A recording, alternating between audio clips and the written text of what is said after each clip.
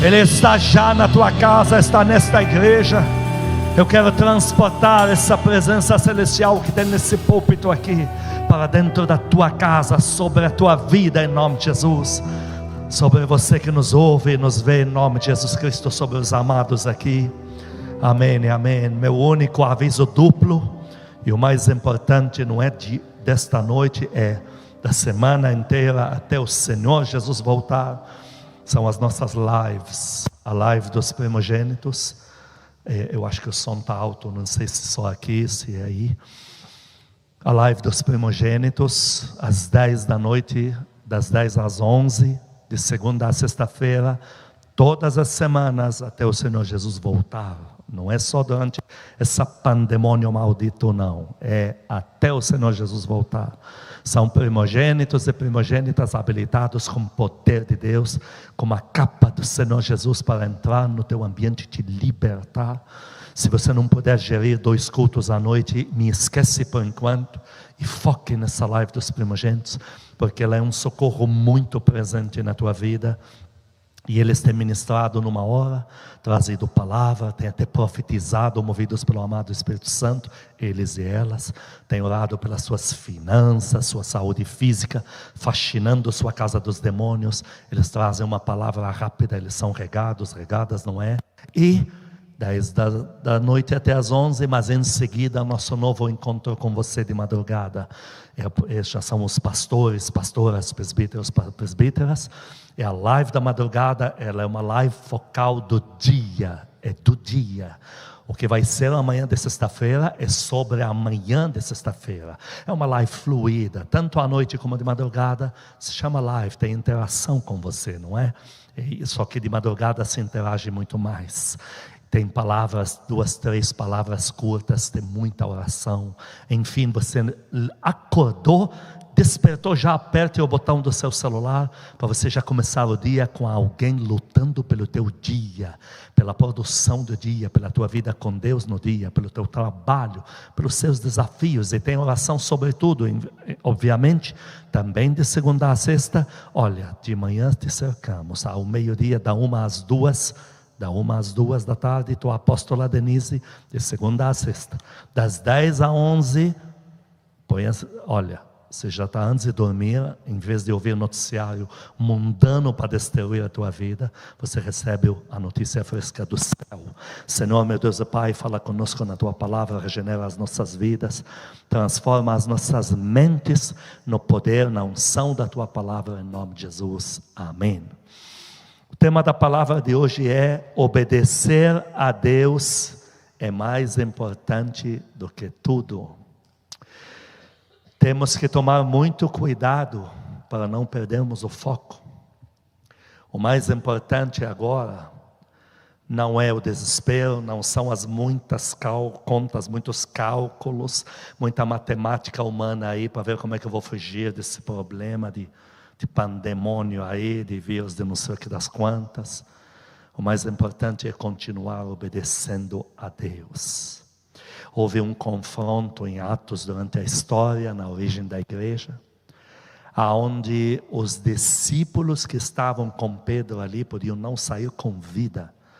O confronto foi maior do que um vírus. E os fariseus, naquela tranqueira do templo de Salomão, que se chama tranqueira por Jesus Cristo, ali eles falaram assim: decidam agora o que vai ser do seu pescoço. Os discípulos lançaram uma frase para nós: importa mais obedecer a Deus do que aos homens. Não importa o tamanho do confronto que você está enfrentando, não importa o tamanho do medo que você está tentando assimilar na tua mente. Importa que a obediência a Deus é maior do que tudo isso. Não importa o tamanho do problema que já te chegou às mãos. Pastor, antes o problema era contar moedas, agora até despejo estão me pedindo. Eu já vivi tudo isso aí, mas eu sabia que uma coisa eu não podia perder: a obediência a Deus. E dessa Deus vai te tirar, aos amados aqui, você que nos vê, nos assiste. Uma vez você continua obedecendo a Deus, os padrões de Deus, Ele vai te tirar ilesa, ileso, e vai te pôr por cima. Já enfrentei muitas situações. E nessas situações parecia que 10 decisões que não eram obedecer totalmente a Deus, eram as mais corretas e viáveis. E parecia que a única decisão que podia me afundar era continuar obedecendo a Deus. E eu sempre, até hoje, o que me mantém de pé, apesar de todas as minhas falhas, pecados, problemas psicológicos, tem uma coisa que me mantém de pé: eu continuo obedecendo a Deus. Entre 11 eu escolho uma, a única que é obedecer a Deus, permanecer como Deus me quer. Essa obediência tem um grande galardão. Deus viu isso em Abraão, Deus viu isso em Noé. A Bíblia diz que zombavam de Noé.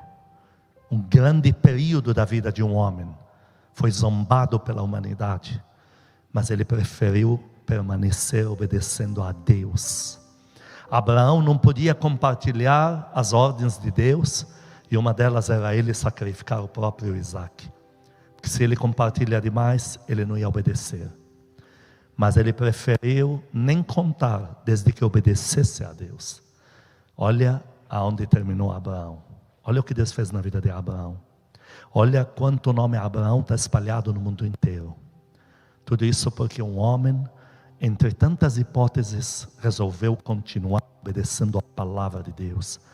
A palavra número 1 da obediência é confiar em Jesus Cristo.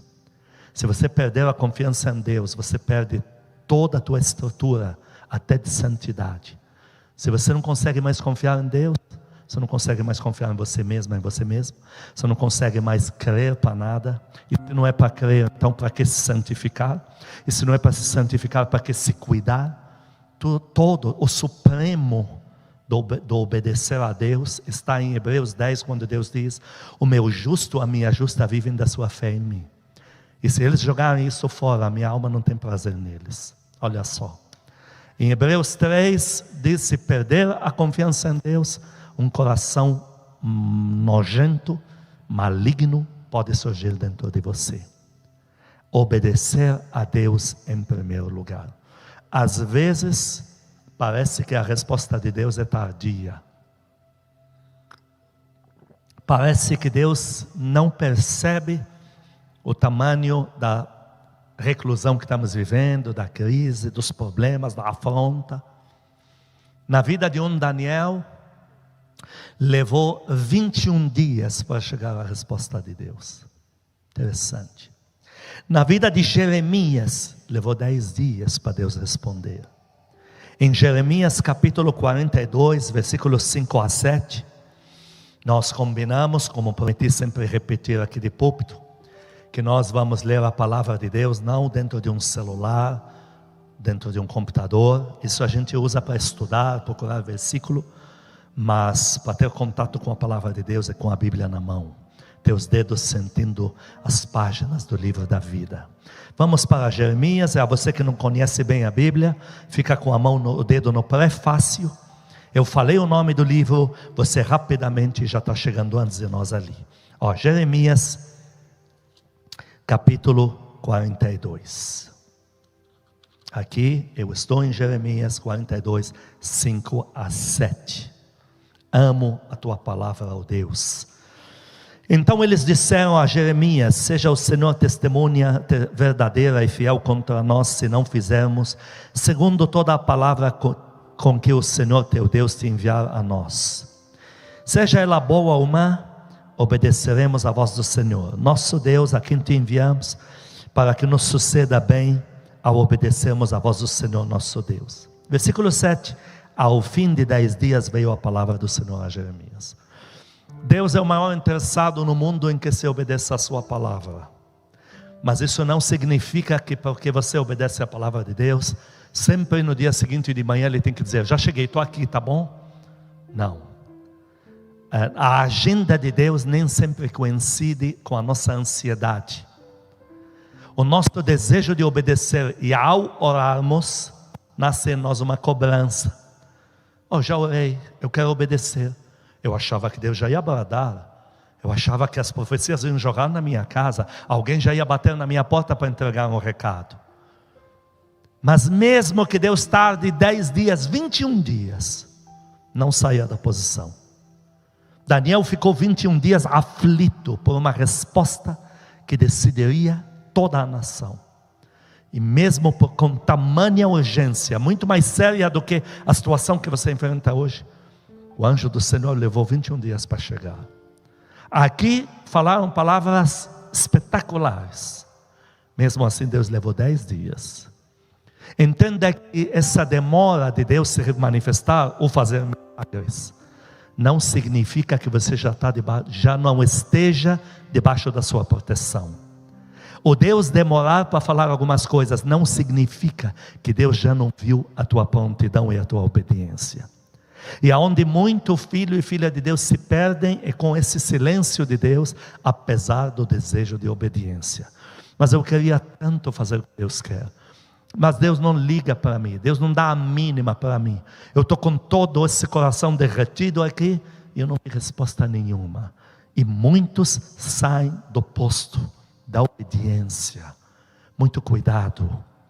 Nós temos na Bíblia uma situação de um Abraão.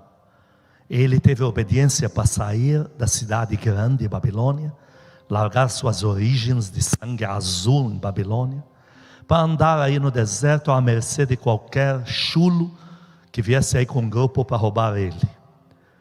Mas quando chega uma fome e Deus não fala nada, a gente vê que Abraão sucumbiu ali e ele não conseguiu manter sua obediência, não porque era leviano, mas porque ele não sabia, estava aprendendo ainda. E nós vimos que o fato dele não se manter na obediência, de caminhar com Deus, manter os padrões e seguir adiante, o estrago que ele causou para ele próprio, para a sua descendência.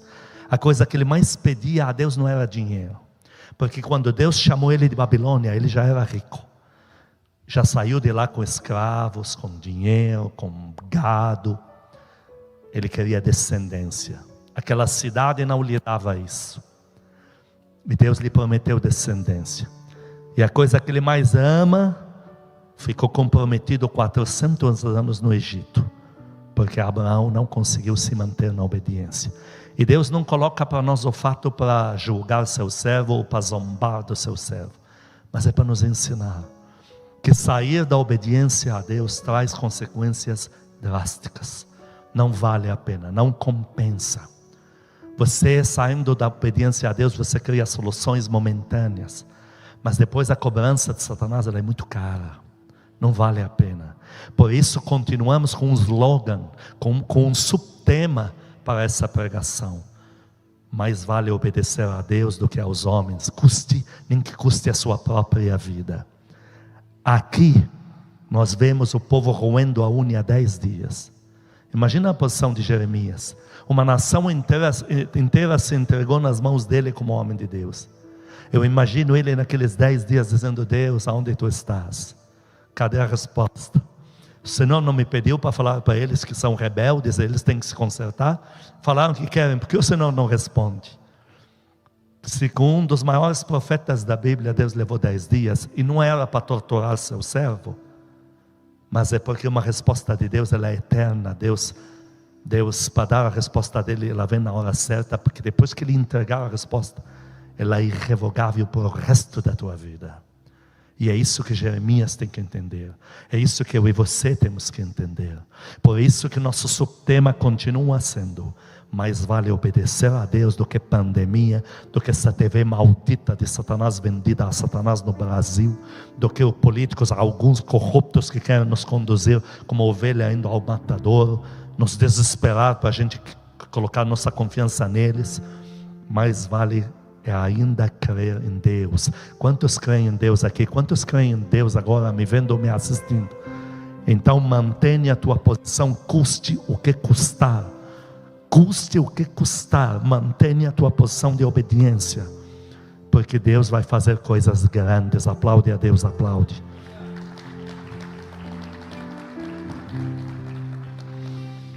O Senhor diz, Ele afirma, que Ele precisa de filhos e agentes que obedeçam Ele. Ele precisa disso. É muito difícil você controlar o empregado afoito, rebelde, anda por duas vias, fala uma coisa, daqui a pouco falar o contrário. É muito ruim. É muito ruim ter um empregado, olha, vínculo empregatício, ter um empregado a postos de cuidar de uma coisa do seu grande interesse, mas que seja desleixado. Uma hora faz, uma hora aparece 3 da tarde, quando tinha que estar 8 da manhã. Agora, é 100 vezes pior, não é 10, 100 vezes pior, ter um filho assim. Porque o empregado, depois que você se enoja, você manda embora. E o filho? Ele pode arruinar a tua vida. Uma vez eu fui orar numa casa, a igreja ainda não existia, a Casa Firme, de um cara que era multimilionário. E ninguém sabia que ele já estava totalmente quebrado. E isso eu coloquei no livro que eu fiz na época sobre moedas e mais moedas, como Deus as conta, sobre fé e finanças. E eu fui orar, eu ia repreender, Deus falou, não se atreva. E eu fiquei chocado assim, fiquei olhando para aquele homem, porque o homem era muito bom, precioso. E Deus me falou, não se atreva. E eu me reclusei ali um pouco para o canto. Deus, o que está acontecendo? Ele falou, o devorador é o filho dele. E ele ainda falou outro termo do filho dele, mais grave do que esse. E eu fiquei chocado. Ele falou, esse aí, você vai repreender qual demônio? E o Senhor foi nítido. Era como se tinha que jogar fora aquele iníquo, para fora daquela família. Eu não sabia o que dizer para o cara. Aí eu olhei para ele e falei, querido, senta aqui de novo. Um senhor, me conta a sua história. O que te levou a isso? Ele ainda enrolando para proteger o filho, a mãe que não aguentou, foi lá e vomitou tudo. O filho pegou a chave da empresa, fez o que fez, acordos bilaterais, colaterais, que casou, que comprou, que fez o que não devia, que comprou, foi afundando a família. Quando a família acordou, tinha gente já recolhendo oficial de justiça na porta, para um cara que era multimilionário. Então, para Deus, Ele não lida com empregados, lembra disso, Ele lida com filhos. É horrível ter que segurar um filho ou uma filha desobediente. Horrível. É horrível Deus te dar um comando e você não permanecer nele, porque te mandar embora não vai, é filho. E aí Deus começa a contar com atrasos estratosféricos, com cálculos não mais de matemática de ganhos, mas a matemática de Deus agora é socorrer para dirimir, para diminuir as perdas. É horrível. Por isso, em Isaías capítulo 6, versículo 8, voltando de Jeremias, Isaías, você tem o Senhor dando um grito de quem iria por Ele para obedecer sua palavra. Isaías capítulo 8, eu amo a tua palavra, ó Deus. Isaías 8, versículo 6, Isaías 6, versículo 8, desculpe, volta mais uma página, aqui 6, 8. E no encontro, Deus diz, depois disto ouvi a voz do Senhor que dizia, a quem enviarei? E quem há de ir por nós? Disse eu, eis-me aqui, envia-me a mim. Ué, mas Deus não tem tudo? Tem. Deus não é dono de tudo? Salmo 24, Isaías 51 em diante, dizem que toda a terra é de Deus, todo o céu é de Deus, luzeiro é de Deus. E o ser humano? É tudo de Deus. O ser humano pode achar que não é de Deus, pode se emancipar, mas ele vai prestar contas por dono dele. Vindo a morte, vem o julgamento. É tudo de Deus. Mas o que é que Deus não tem? O que é que Deus não tem? O atender ao seu chamado. Isso Ele não tem. Quem irá por mim? Quem? Ele não tem. Ele precisa, porque Ele não tem. Quem? O livre-arbítrio também dos filhos de Deus não é tirado. Deus não deu só o livre-arbítrio do mundo para abandonar em Deus e viver essa loucura que estão vivendo. Deus não deu o livre-arbítrio só para o rebelde. Ele também deu para os próprios filhos que tem. O grito que Deus dá aqui não é para a humanidade, é para os filhos. Quem irá por mim? Quem vai me obedecer? Quem vai fazer a minha obra? Quem vai falar de mim dentro dos lares para salvar a família? Quem vai orar com meu nome para libertar a casa de todos os demônios? Quem vai usar meu nome para salvar a família com orações de cura? Quem vai dizer diante da adversidade, eu sou do Senhor Jesus? Quem diante do pecado vai dizer, eu escolho Deus? Deus diz, quem irá por mim? Ele não tem, ele precisa disso. Aí o servo de Deus diz, eis-me aqui, porque também não estava. Entenda que o obedecer a Deus é um alistamento de filhos lindos. Essa coisa de ter filho obedecendo a Deus é preciosa demais aos seus olhos, aos olhos de Deus. Essa atitude, esta decisão, eu escolho Deus, eu vou obedecer a Deus. Deus falou assim, vá conquistar a terra prometida. 10 tribos, não vamos. Caleb diz, não sejais desobedientes, até em buscar poder de Deus, para aplicá-lo na terra. Isso também é questão de obediência, isso não é opcional. Vos chamei para que vades e deis fruto em meu nome, e fazer obras maiores que as minhas.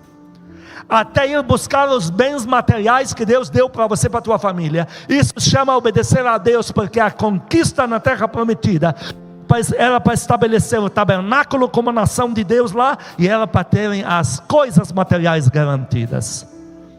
É obedecer a Deus. Quando eu oro pela minha bênção material, eu estou obedecendo a Deus. Quando eu saio afoito aí, querendo fazer atitudes de desespero para cuidar de mim mesmo, eu estou desobedecendo a Deus. Olha, não há nada de errado em procurar um médico. Eu precisando, eu procuro um médico.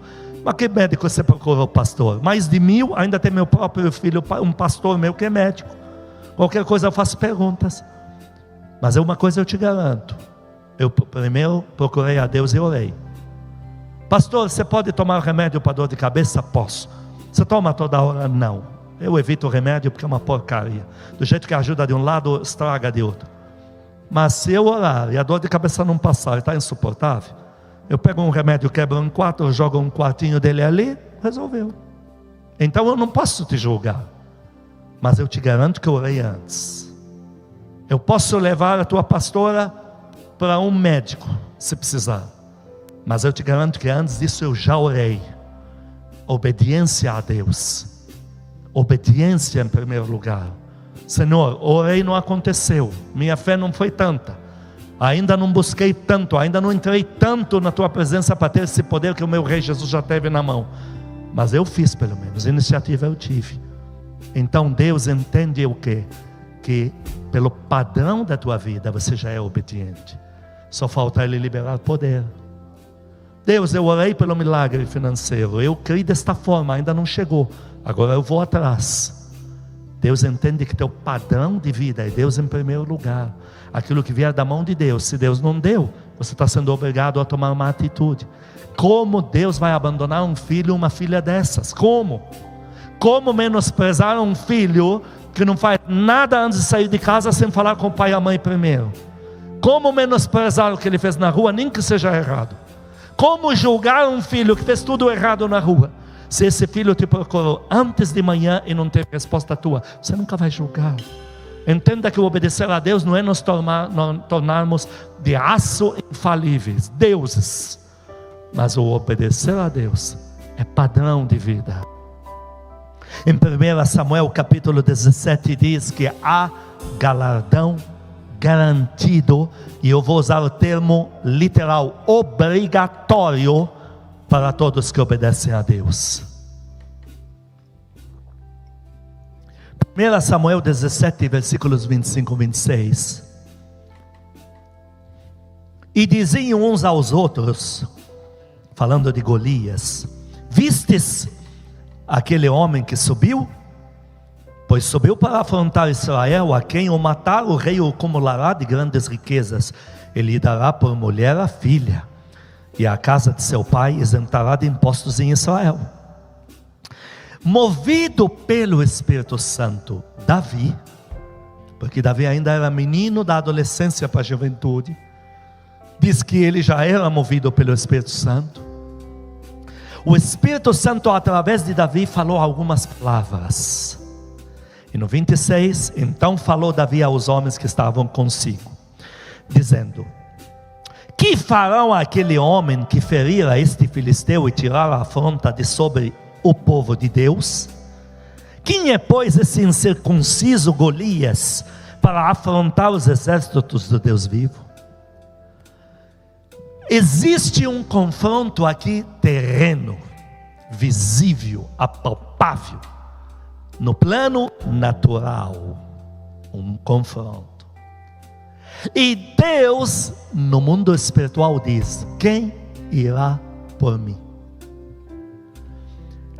Porque numa situação onde tem um confronto de doença física, como é que eu vou por Deus? Mandando a pessoa ler todas as bulas de remédio em casa para ver qual melhor se encaixa? Antes disso, é me interpor como agente do reino de Deus, soldado de Cristo, e mandar fazer uma guerra com essa doença. Uma situação que nem comida tem. Qual é a melhor maneira de eu me interpor como agente do reino de Deus?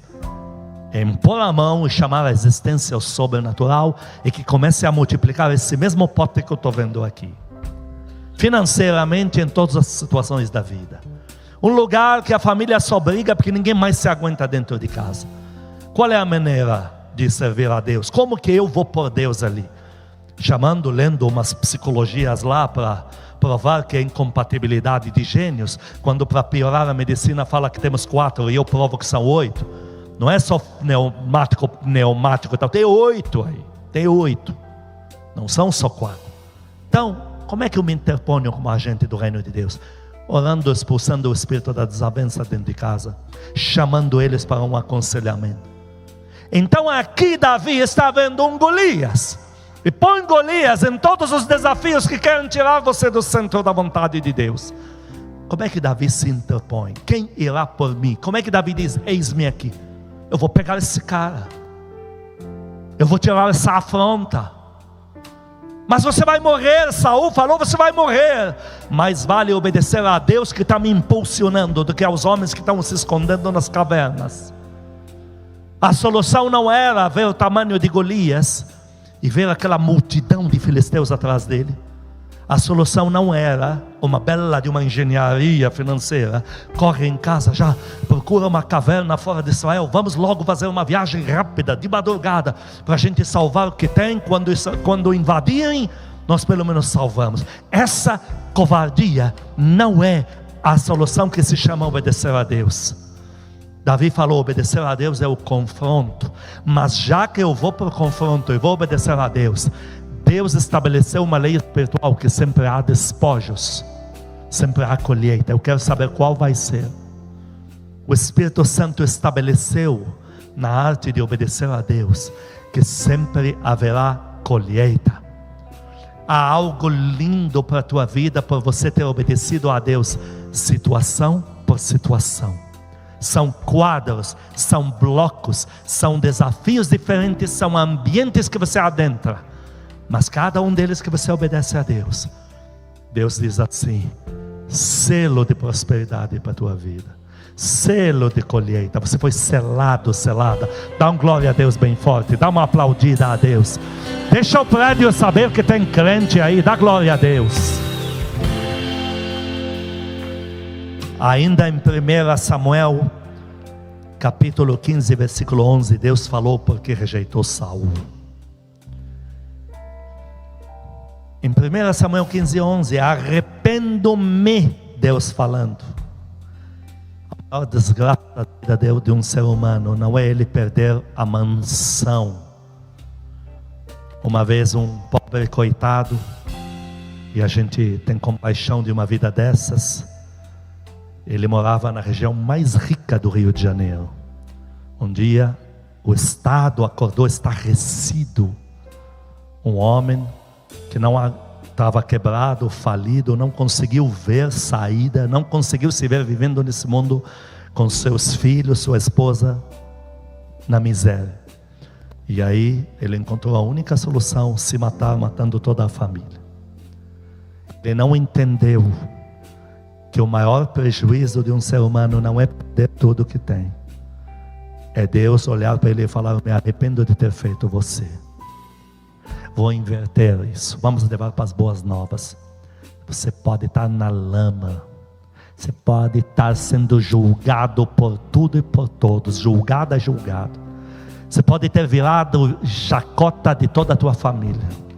Você pode estar com não sei quantas doenças a uma vez no corpo.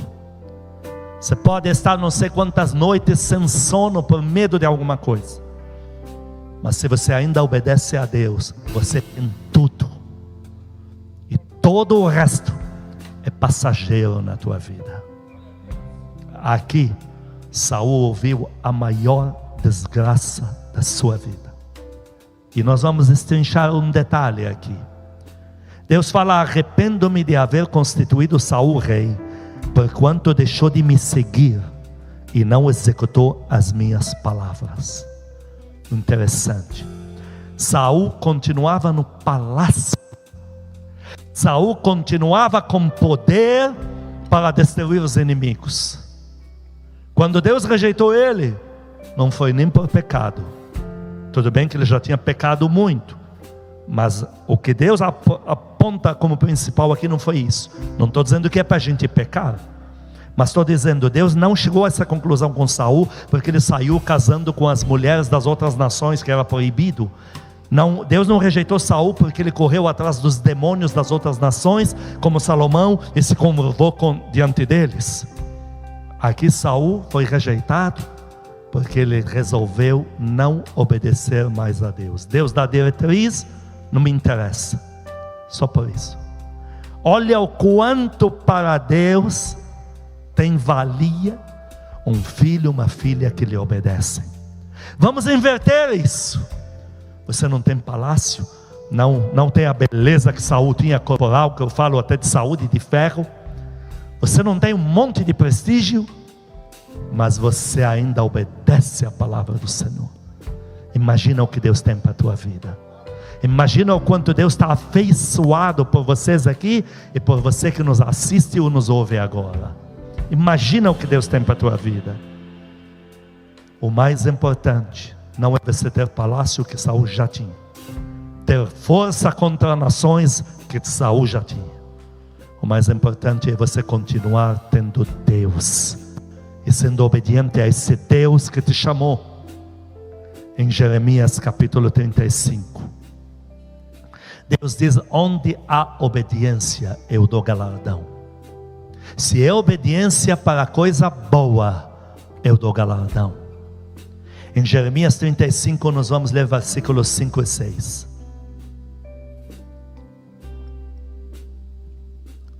Versículo 5: e pus diante dos filhos da casa dos recabitas taças cheias de vinho e copos, e lhes disse: bebei vinho. Essa é para você que diz que Jesus bebeu vinho, por isso que aproveita e vive enchendo a cara, diz que crente pode.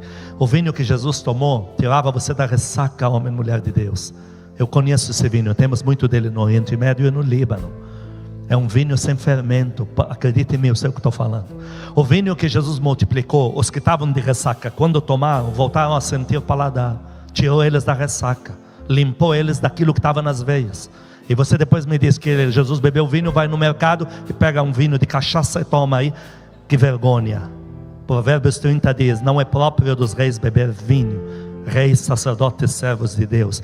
Todo nazireu, o que é nazireu? Ungido, ungida, não podia pôr uma gota de vinho na boca. Você é ungido afinal, sim ou não? Tem unção de Deus, sim ou não? Então o que você está fazendo com vinho na boca aí? Não, sou bebo social. E você engole demônio social, isso existe?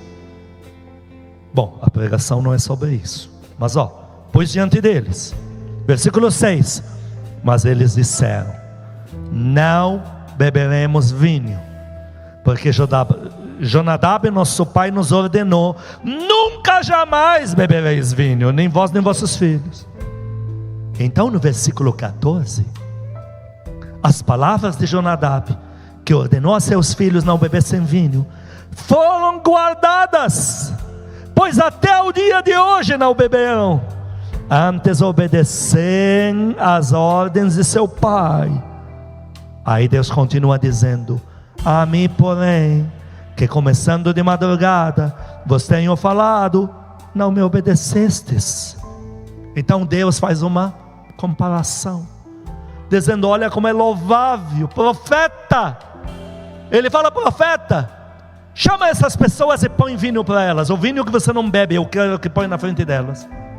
Aí esses homens, tudo sentado na frente do profeta. O profeta falou: estou mandando, beba isso aqui. Profeta, por mais que nós te respeitamos, nós não vamos beber. Por quê? Porque nós vamos obedecer a Deus em primeiro lugar. E Deus, através do nosso pai, nos ensinou que isso não é para crente. Aí Deus fala assim para Jeremias: ô Jeremias, olha eles obedecendo o pai deles, até na tua frente, até com tua ordem. Como eu não vou ter galardão para a vida deles? Mas olha, Jeremias, eu falo com o meu povo, eles não me obedecem como esses obedecem o pai deles. Versículo 18, 19. A casa dos recabitas, disse Jeremias: assim diz o Senhor, o Deus de Israel, pois que obedecestes ao mandamento de Nadab vosso pai, e guardastes todos os seus preceitos, e tudo fizestes segundo vos ordenou, porque Recabe era homem de Deus, o pai deles. Pois por isso, assim diz o Senhor, nunca faltará homem na jornada que deixa de estar na minha presença. Olha que lindo, olha que lindo. Deus falando: onde há obediência à minha palavra, eu jurei por mim mesmo que não vai passar sem galardão. Cada atitude na tua vida que você faz em obediência à palavra de Deus, ela tem um galardão, um selo de uma respectiva bênção, de uma recompensa por aquilo que você fez. Todas as vezes que se obedeceu à palavra de Deus na Bíblia, o Deus desceu, o anjo desceu e disse: jurei por mim mesmo que isso não vai passar no vazio. Em Romanos capítulo 8, quase terminando rapidamente, porque nosso culto tem que terminar em 5 minutos por causa da live dos primogênitos que vão te ministrar com poder. Romanos 8, 36 a 39 diz: você pode estar sim diante dos homens parecendo fraco.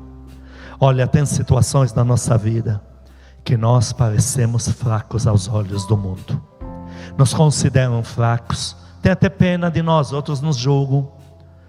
Mas entenda, a fraqueza que você está vivendo agora não se compara com o tamanho do amor de Deus que está cercando você.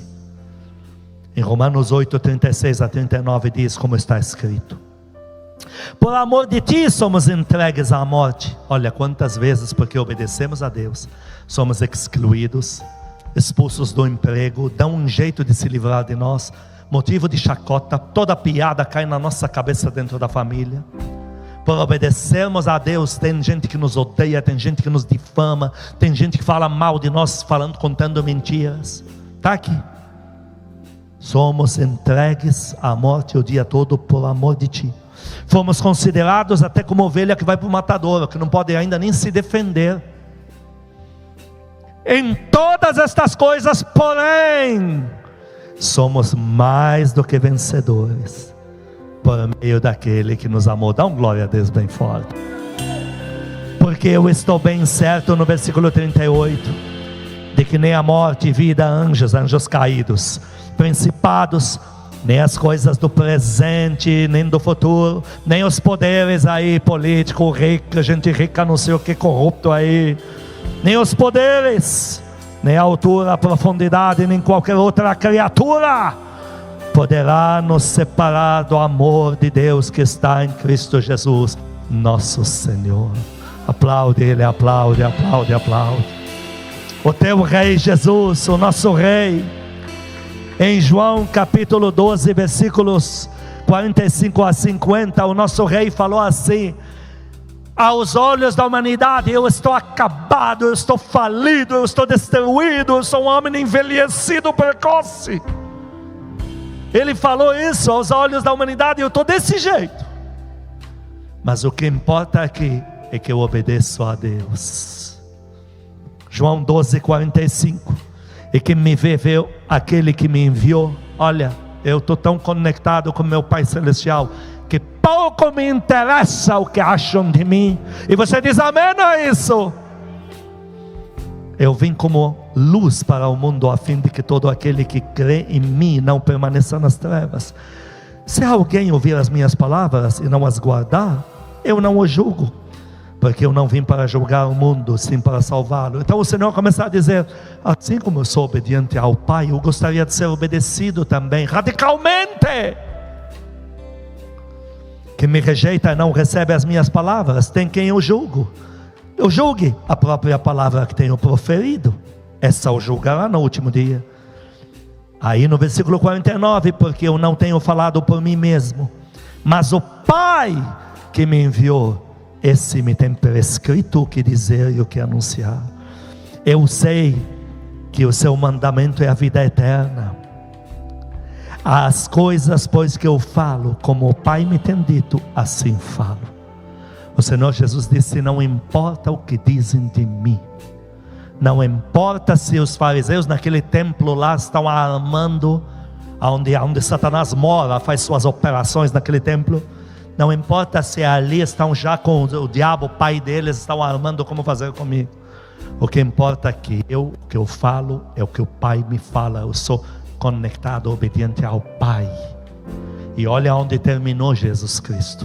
Olha onde tua vida vai terminar. Assentado à direita do Pai, em lugares celestiais. Em Isaías 53, estamos terminando já dentro desse capítulo, versículos 11 e 12. Deus fala do seu filho Jesus, esse filho criticado, julgado, envelhecimento precoce, esse filho que aos 33 anos já estava destruído, que não tinha onde reclinar a cabeça, que passou a vida dormindo com a cabeça em cima de pedra como travesseiro, esmagando as orelhas. Desse filho, olha o que Deus fala: e ele verá o fruto do penoso trabalho da sua alma e ficará satisfeito. Ninguém está aqui como o Senhor Jesus esteve na terra, mas para todos nós a frase permanece, o selo de Deus, o carimbo do dedo de Deus permanece: e você verá o fruto do penoso trabalho da tua alma em mim, no Senhor. Você vai ver e vai ficar muito satisfeita, muito satisfeito. Que mais? Versículo 12: por isso eu lhe darei muitos como a sua parte, e com os poderosos ele repartirá o despojo, porquanto derramou a sua alma ali até na morte. Você não precisa chegar a esse ponto não. Foi contado com os transgressores, contudo levou sobre si o pecado. Capítulo 53, de 1 a 3. O que o mundo achava dele? O que o mundo achava do Senhor Jesus? O que o mundo acha de você? Quem creu em nossa pregação é a quem foi manifestado o Senhor Jesus, porque ele foi subindo como renovo perante Deus, e como raiz de uma terra seca. Quando o Senhor saiu da terra, ele estava como destruído, apagado, que não servia para nada. As pessoas olhavam para ele e diziam: mas que inútil, não tem nem emprego, não tem nem família, não gerou nem filho. Como raiz de uma terra seca. Não tinha aparência nem formosura, estava destruído, todas as doenças nele. Aos 33 anos, homem de jejuns, aparência, envelhecimento precoce. Olhámos-lo, mas nenhuma beleza havia que nos agradasse. Era desprezado e o mais rejeitado entre os homens. Ninguém aqui está desse jeito. Ninguém chegou a essas condições. Homem de dores e que sabe o que é padecer. E como um de quem os homens escondem o rosto, era desprezado, e dele não fizemos caso algum. Porém, no capítulo 52, terminando aqui do versículo 5 ao 10, capítulo 52, 5 a 10, um capítulo: agora, que farei eu aqui, diz o Senhor, visto ter sido o meu povo levado sem preço? Os seus tiranos sobre ele dão uivos, como as raposas quando vão comer a presa. diz o Senhor, e o meu nome é blasfemado incessantemente o dia todo. Deus diz que estão blasfemando o nome do Senhor quando zombam de você, que é a menina dos seus olhos. Quando zombavam de Jesus, era obediente ao Pai, era ao Pai que eles estavam zombando. Por isso o meu nome, versículo 6, portanto naquele dia saberá que sou eu quem fala, eis-me aqui. Que formosos são sobre os montes os pés do que anuncia as boas novas. Deus dizendo assim: eu estou vendo o que você está passando, meu filho, minha filha que me obedece, mas se alegre porque eu já estou te mandando para boas novas. Vão dizer para você: há um selo de prosperidade sobre a tua obediência. Quão formosos são os pés nos montes do que anuncia as boas novas, que faz ouvir a paz, que anuncia coisas boas, que faz ouvir a salvação, que diz à igreja: o teu Deus ainda reina nessa crise. Eis o grito dos teus atalaias, os pregadores que estão se movendo pelo poder de Deus, para te lembrar que o poder de Deus na tua vida é maior que tudo. Eles erguem a voz juntamente e exultam. Tem boas novas aí chegando, porque com seus próprios olhos distintamente vem o retorno do Senhor à igreja. Nós, quando pregamos, alguém nos diz: pastor, como é que você está? Eu digo: eu estou pilhado, estou aceso. Mas por quê? Por causa do que já chegou. Deus está dizendo que nós vimos, por isso damos boas novas. Está vindo algo grande para a tua vida. Rompei em júbilo, versículo 9. Exulta a alma, ó ruína da igreja, povo que está dizendo: estou em ruína. Exulta a alma, porque o Senhor consolou o seu povo, remiu a igreja. O Senhor desnudou o seu santo braço à vista de todas as nações do mundo inteiro. Deus vai fazer isso, e todos os confins da terra verão a salvação do nosso Deus. Põe a mão no teu coração. Eu estou com pressa para liberar você já, para ter tempo para você tomar teu banho, pôr o filho para dormir e já entrar na live. Mas eu não posso encerrar sem eu fazer uma oração por você e você comigo. Põe a mão no teu coração, diga aqui, ó: Senhor Jesus, dá isso para Deus agora. Põe a mão no teu coração e diga: Senhor Jesus, diante da tua palavra, eu peço perdão se eu entreguei o meu coração para a crise, para o mundo, para as redes sociais. Eu peço perdão.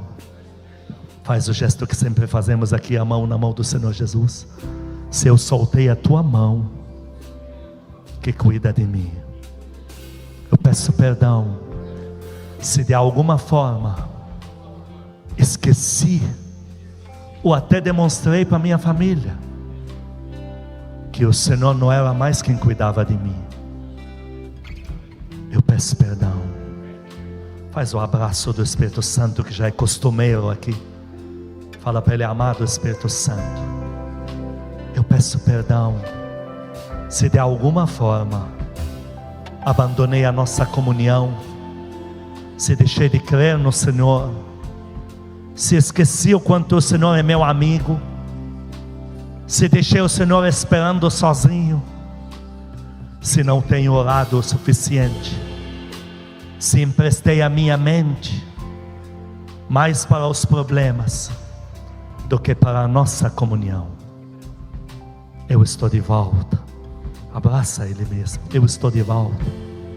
Diga para Ele: Espírito Santo, o Senhor é muito amado aqui. O Senhor é tudo que eu quero na minha vida.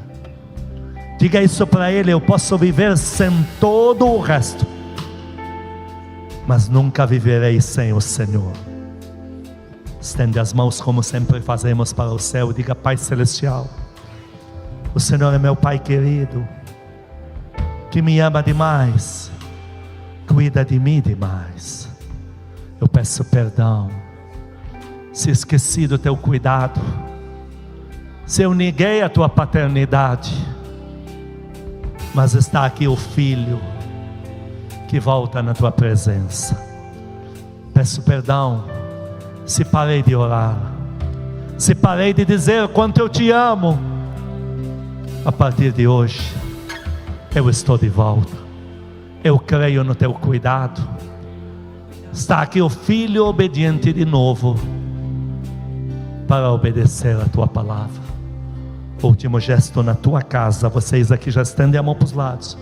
Diga: eu e esta família, em obediência a Deus, nunca terminaremos na miséria.